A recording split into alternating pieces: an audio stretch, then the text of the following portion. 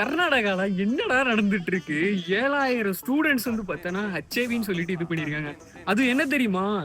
உங்களுக்கு யாரெல்லாம் வந்து பார்த்தோன்னா, வாலண்டியர்ஸா இருக்கீங்களோ, அவங்க எல்லாருமே வந்து பார்த்தோன்னா, வாங்க அப்படின்னு சொன்னதுல, அப்படி டெஸ்ட் எடுத்து பார்த்ததுலேருந்து பார்த்தா, 7,000 பேருக்கு ஸ்டூடண்ட்ஸ்க்கு, அதுவும் ஏஜ் வந்து பார்த்தோம்னா, 18ல இருந்து 25 இருக்கக்கூடிய ஸ்டூடண்ட்ஸ்க்கு வந்து பார்த்தோன்னா, ஹெச்ஐவி பாசிட்டிவ்.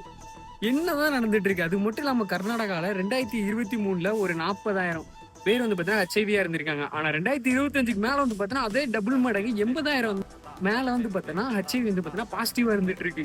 டேய்! இப்போ உள்ள காலத்துலலாம் என்னடா பண்ணிட்டு இருக்கீங்க? எப்புட்றா போயிட்டு இருக்கீங்க?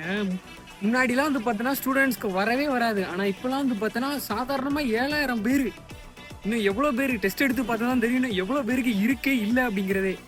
ஆனா, இப்ப உள்ள ஜெனரேஷன்லாம் வந்து பார்த்தீங்கன்னா, கஷ்டம்டா. யாருக்கு இருக்கு, யாருக்கு இல்ல அப்படிங்கிறதே வந்து பார்த்தீங்கன்னா கண்டுபிடிக்க முடியல. கொஞ்சம் சேஃபா இருந்துக்கோங்க. இந்த மாரி இதுலலாம் இருந்து.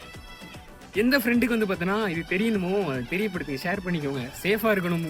நம்ம எப்பவுமே வந்து பார்த்தீங்கன்னா, சேஃப் தான் முக்கியம் மக்களே. ஆனாலும் எனக்கு ஒண்ணு புரியல. அது எப்படிடா?